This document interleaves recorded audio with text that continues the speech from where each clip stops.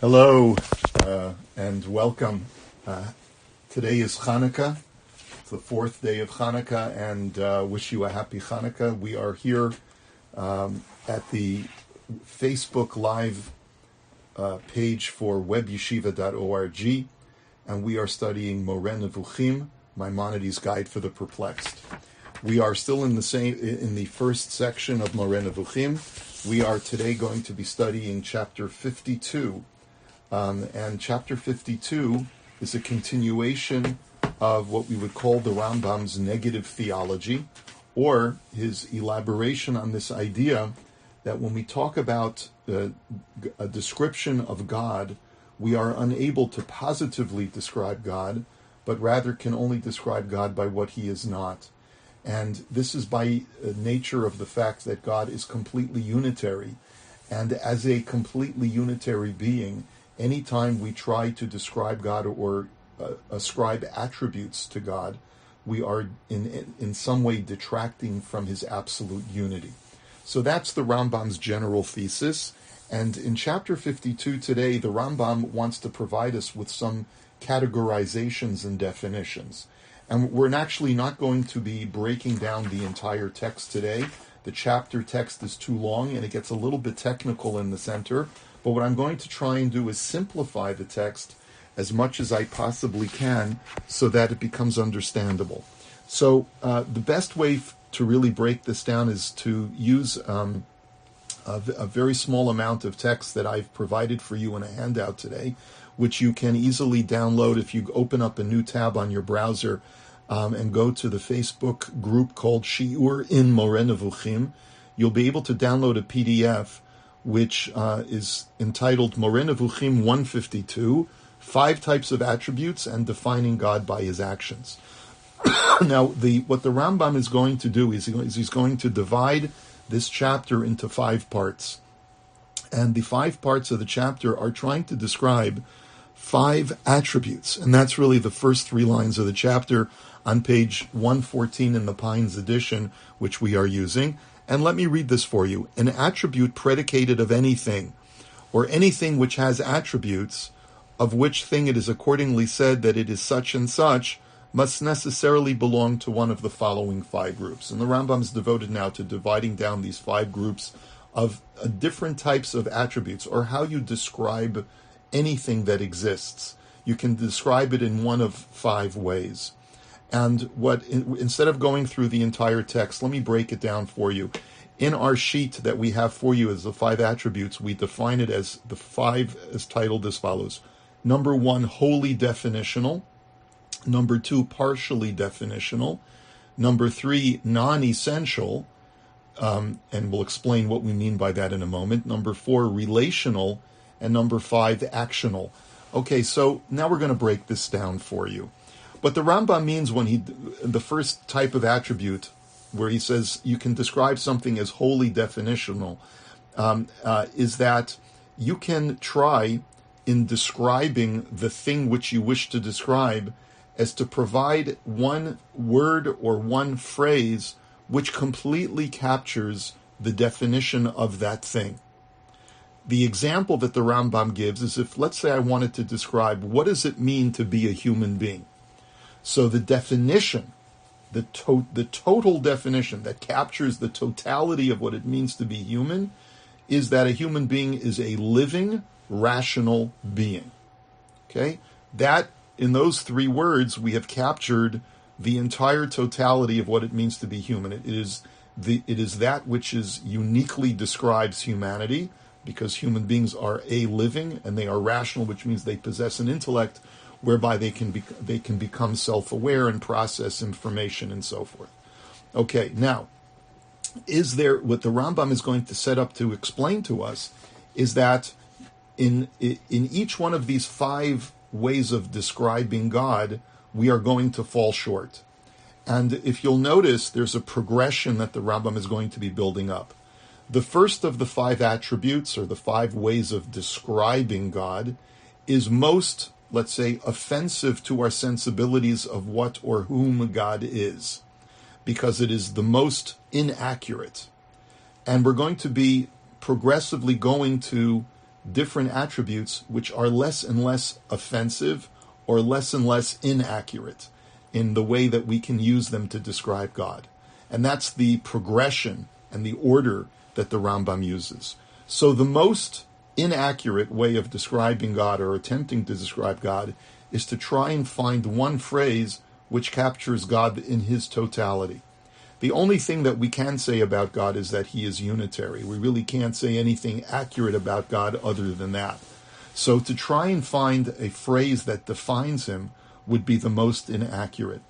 And so what the Rambam means what he says over here is that the reason why this is really not helpful in trying in this first category of attributes is that when you want to describe a human being as a living, rational being, all you're doing is taking some words and substituting them for other words, because the term human is tantamount to living and rational. So human being equals living, rational being. And all you're doing, you're not advancing or ascribing any additional attributes to what the original title or of that thing actually is. So that's completely unhelpful, and it doesn't advance any understanding anymore of a human being. Once you say that is a human, you automatically know that that is a living, rational being.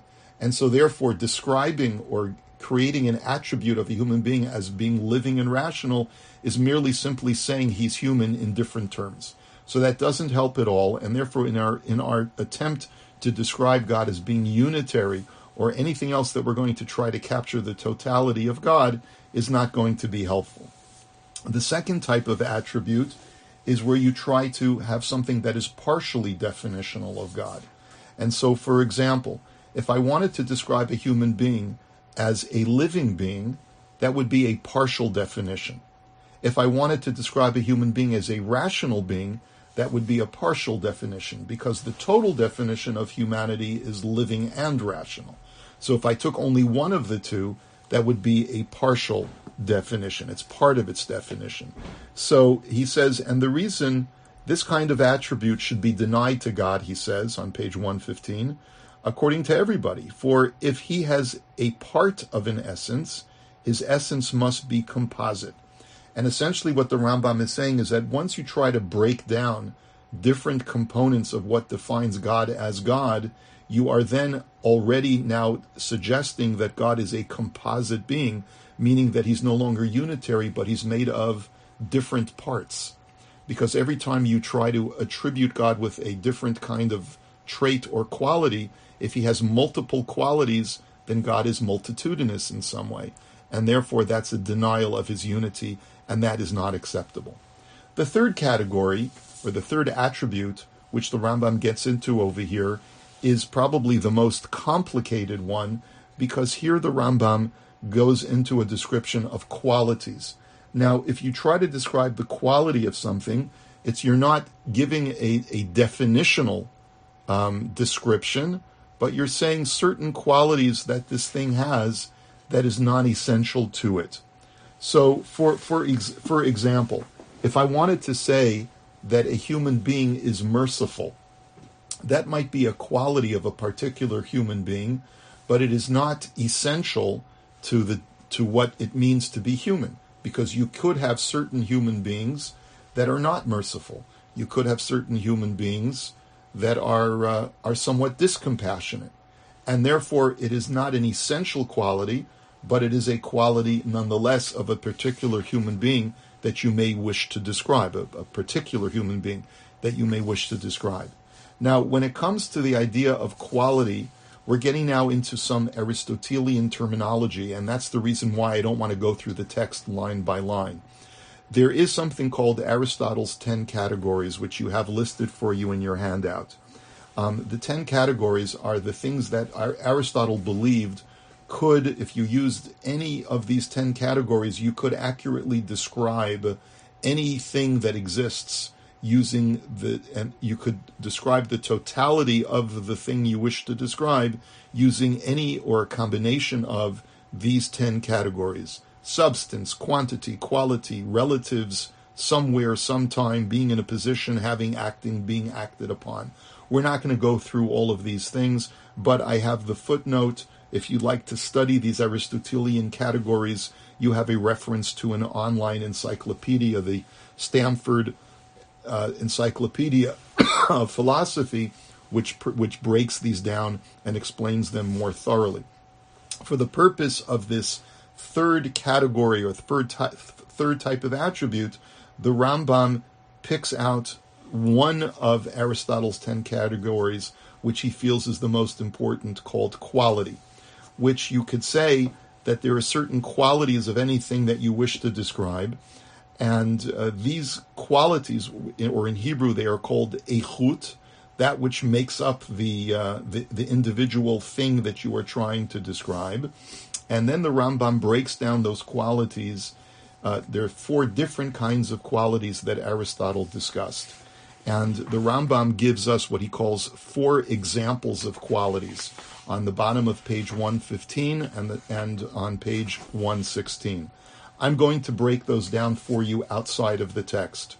The 4 types of quality of the way that you describe certain non-essential characteristics of the thing that you're trying to describe are either describing its habits and dispositions, that's 1. 2 are its natural capabilities and incapabilities. 3, affective qualities and affections. And number 4, shape. And to explain it in the way that in the examples that the Rambam gives, number 1, habits and dispositions. You can say such and such or so and so. Let's say you're trying to describe a particular human being. You can say that that particular human being, we'll call him Ruvain, is a carpenter, an artist, or a scientist, meaning that that human being that you are trying to describe, Ruvain, possesses certain skills or certain sets of knowledge or certain characteristics which are innate to him being a human being, which means intellectually he possesses certain things that are subsisting, as the Rambam writes, in the soul of that thing or of that person. That's the first type of quality. The second category is what we would call natural capabilities and incapabilities, which means that you're not describing an intellectual feature that is within the soul of that person because that person has acquired a certain skill, but rather you are describing the thing, a natural faculty that is in it, or the absence of a natural faculty. So you're describing a feature of that thing that is not an acquired characteristic, but something that is innate, that it was created with, such as saying that it is hard or it is soft. Or so, for example, you can say that that a substance is hard or soft, or a person is born as strong or weak. An innate characteristic of a human being that is not gained through a particular effort or skill, but rather is something that the human being innately possesses. The third type of quality the Rambam calls affective qualities and affections, which means impermanent characteristics, things that are not permanent within that individual, that come and go from time to time. So I look at Reuven in a particular situation, and I say that Reuven is nervous or timid or excited or happy. Right? Those are qualities of Reuven that are fleeting, that can come and go. And finally, the fourth category is to describe the dimensions of that person that I wish the thing or the person I wish to describe, to say that so-and-so is tall, short, crooked, straight, dark, light, and so forth and so on. And the Rambam concludes in his discussion that none of these are attributable to God, because again, with regard to and he writes as follows. He says, "For he does not possess quantity so that there might pertain to him a quality pertaining to quantity as such. nor does he receive impressions and affections, so that there might pertain to him a quality belonging to the affections. Nor does he have disposition, so that there might be faculties and similar things pertaining to him. Nor is he may be exalted, endowed with the soul, so that he might have a habitus pertaining to him, such as clemency, modesty, and similar things, or have pertained to him that which pertains to animate beings as such, for instance, health and illness. It is accordingly clear to you that no attribute that may be brought under the supreme genus of quality can subsist in him, may he be exalted. And so the Rambam's objective here is basically just to clarify for us that God does not possess any of this third type of attribute called quality. The Rambam calls quality, which is one of Aristotle's 10 categories. Okay. The fourth group of attributes, and now we're getting to the less offensive or the less inaccurate descriptions of God. And the 4 and 5 are going to be more manageable in the view of the Rambam. Even though number 4 is relation, where we could say that a human being, if we wanted to describe a human being, is in relation to somebody else or something else. We cannot say that about God, because God is not relational to any other being, because God is completely unitary, sui generis, occupying a completely different category of existence than any other existent being. But the Rambam wants to point out to us some of these examples. So, for example, to say a relational attribute is to say, for example, that Zayed is the father of Bakr. The Rambam is just simply choosing Arabic names, like we would say that Bob is the father of John, or John is the son of Bob. And the Rambam just basically says Zayed is the father of Bakr. This is a relational description or attribute that we would give to a human being. We cannot give those kinds of relational attributes to God. He says on page 117, those notions of relation are not the essence of the thing or something subsisting in its essence as do the qualities. And therefore this is less offensive in a sense, because you're not describing something innate which is within the thing you are describing, such as a quality or some kind of definitional ascription to the being itself, but rather you're just saying that the being, in the way that being relates to other things outside of itself, is defined as such. So I can be the father of something, I can be a friend of something, I can be next to something, right? Those are all relational descriptions. And therefore, there's nothing as offensive in describing God in that way, even though it's not accurate. At first thought, it seems that it is permissible to predicate of God, may he be exalted, attributes of this kind. However, when one knows true reality and achieves greater exactness in speculation, the fact that this is impossible becomes clear. There is no relation between God, may he be exalted, and time and place. And this is quite clear. God cannot be described in terms of time or space. For time is an accident attached to motion, and motion, on the other hand, I'm skipping a few lines, is one of the things attached to bodies, whereas God, may he be exalted, is not a body. Accordingly, there is no relation between him and time, and in the same way, there is no relation between him and place. As this is quite progressive of the Rambam's thinking, in that what the Rambam is essentially suggesting is that you must possess corporeality or physical attributes in order to be described in terms of any kind of relation to place or time. Now, we certainly appreciate you must be spatially confined or physically endowed in order to be in one place over another, and that's certainly not something that you can say of God. But even when it comes to chronology or time, you certainly cannot ascribe God as existing in one time over another, because that too, time is only something that binds those which have physical natures. God does not have any physicality, and therefore cannot be confined by time, which is really only an extension or an additional dimension of space. And therefore, skipping a few lines, it is clear at the first glance that there is no correlation between him and the things created by him. So to say that God in any way is relational to his creations is also inaccurate. Skipping another line, now he may he be exalted, has a necessary existence, while that which is other than he has a possible existence, as we shall make clear. God's existence is the only necessary existence that we will talk about when we begin section 2 of Moreh Nevukhim, while everything else that exists is not necessarily existent, but exists by the will of God. God's existence is the only what we call necessary existence. Nothing else that exists is necessary to exist. And as such, God cannot be relational or related in any true way to anything that he has created.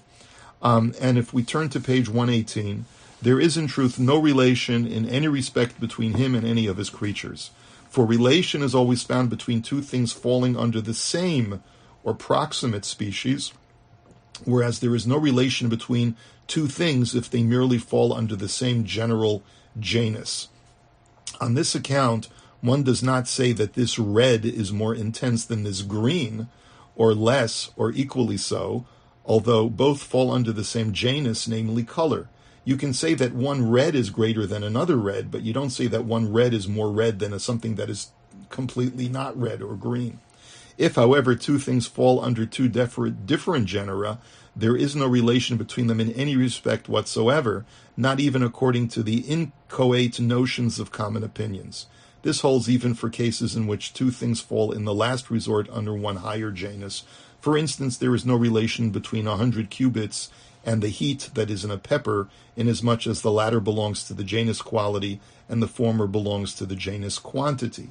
So when we're trying to compare apples and oranges, and God is completely in a sui generis, a totally unique category unto himself, it's really, really impossible to compare God to anything else. We skip down a few lines towards the bottom of page 1 of this first paragraph on page 118. He says, however, relation is an attribute with regard to which it is more appropriate than with regard to the others that indulgence should be exercised if it is predicated of God. And what essentially the Rambam is saying is, I grant you that trying to confine God to a relational kind of attribution or description is inaccurate. But it's not as inaccurate to the previous three categories or three attributes that we tried to pin upon God, because those were trying to define him innately or essentially, or in some way try to explain what God is. This is not trying to explain what God is, but rather explaining what God is related to in some way. Again, relational description is one of Aristotle's 10 categories, but very different from quality. And so to say that God is essentially defined as a completely wholly definitional phrase, and to say God that it can be partially defined by something or to ascribe qualities to God, that's all off the table completely, says the Rambam. To say that God is related in some way is not as offensive, is not as wholly inaccurate as the first three categories. And the reason, he says, is because it does not entail the positing of a multiplicity of eternal things, or the positing of alteration taking place in his essence, may he be exalted, or a consequence of an alteration of the things related to him. And those things that I've just mentioned are truly unacceptable, whereas saying that God is related in some way to another being is simply inaccurate, because God is a sui generis, totally different category where he cannot be compared to anything else.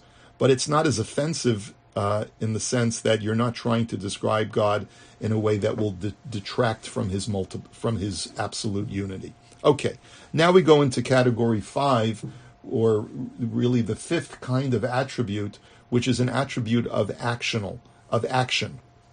And here the Rambam, and this is where we'll read the text itself on the bottom of page 118, here the Rambam says that it is possible to describe God by his attributes, no harm, no foul.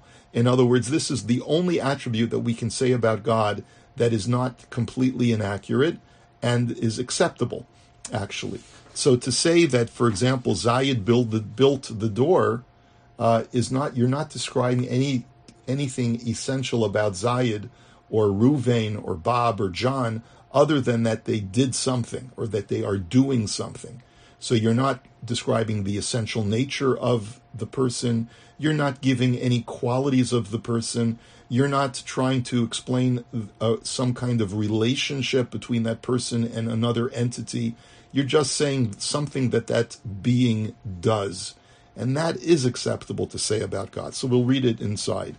The fifth group of the affirmative attributes are as follows. A thing has its action predicated of it. I do not intend to signify by the words his action, the habitus of an art that belongs to him who is described, as when you say a carpenter or a smith. I'm not saying that when I say that so-and-so did so-and-so, I'm not suggesting that that statement means that he possesses a certain skill. That would fall under category 3 that we talked about before, inasmuch as this belongs to the species of quality, as we have mentioned. But I intend to signify by the words his action, the action that he who is described has performed, as when you say Zayed is the one who carpentered this door, built that particular wall, or wove this garment. So this kind of attribute is remote from the essence of the thing of which it is predicated. When I say that so-and-so did an action, I'm not in any way trying to describe the so-and-so who did the action. I'm just saying this is what happened as a result of his efforts. Does that help me understand who or what that being is? No. And therefore, no harm, no foul. I'm not doing anything to help define anymore the nature of the being who did this. For this reason, it is permitted that this kind should be predicated of God, may he be exalted, after you have, as shall be made clear, and this will be made clear in the next chapter, we'll talk about this more in the next chapter, that you come to know that the acts in question need not be carried out by means of differing notions subsisting within the essence of the agent, but that all his different acts, may he be exalted, are all of them carried out by means of his essence, and not, as we have made clear, by means of a superadded notion. In other words, when I say that Zayed carpentered the door, or built the wall, or put up that window, there is an implication that Zayed is a skilled builder. And that would bring us back to the erroneous quality that we wanted to avoid, right? So as long as we avoid that, as long as we just talk about what God does and not infer from that that God has certain attributes of skill, then we're okay, is essentially what the Rambam is saying. A summary of the contents of the present chapter, therefore, to surmise everything, should be as follows. He, may he be exalted, is one in all respects. No multiplicity should be posited in him. There is no notion that is superadded to his essence. The numerous attributes possessing diverse notions that figure in the scriptures and that are indicative of him, may he be exalted, are mentioned in reference to the multiplicity of his actions, and not because of a multiplicity subsisting in his essence. And that's really the crux of this chapter. After going through these 5 attributes, what's the point that the Rambam is trying to bring across to us? He's trying to explain to us that when you look through Tanakh and you see how God is being described, it's only these ascriptions or descriptions of God are only there to describe God's actions, that which he does in the world that we live in, and not to describe his essential nature. And some of them, as we have made clear, also with a view to indicating his perfection according to what we consider as perfection.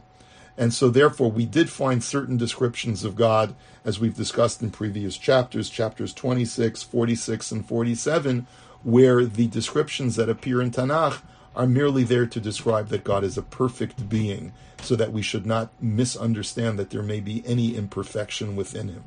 As for the question whether it is possible that one simple essence in which no multiplicity is posited should perform diverse actions, the answer shall be made clear by means of examples. And the Rambam is sort of giving us an appetizer for the next chapter, where he's going to discuss this idea that really is the crux of Neoplatonism, and that is, how is it that one completely unitary being is capable of being the source of so many multitudinous kinds of actions? Sometimes those actions are the exact opposite of other actions that emanate from the same unitary source, the same unitary being.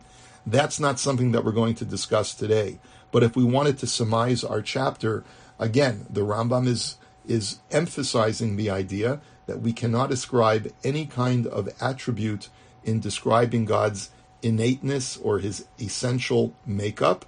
We can only know God by what he is not by what he is.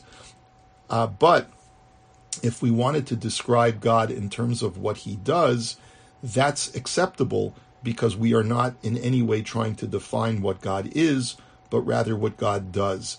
Defining what a being does not in any way encroach on the the essence of the individual and trying to understand the essence of the individual, but rather is just looking at what emanates from that individual, and therefore there's no harm in talking about God's actions. And I hope that was at least in some way comprehensible. Again, it's a very technical chapter, and that's the reason why we did not go through it word by word. But I invite you to look more into Aristotelian categories and look up especially the 4 different types of quality in Aristotelian nomenclature. And I hope you have a happy rest of the Hanukkah, and we'll see you next week, God willing. Take care now.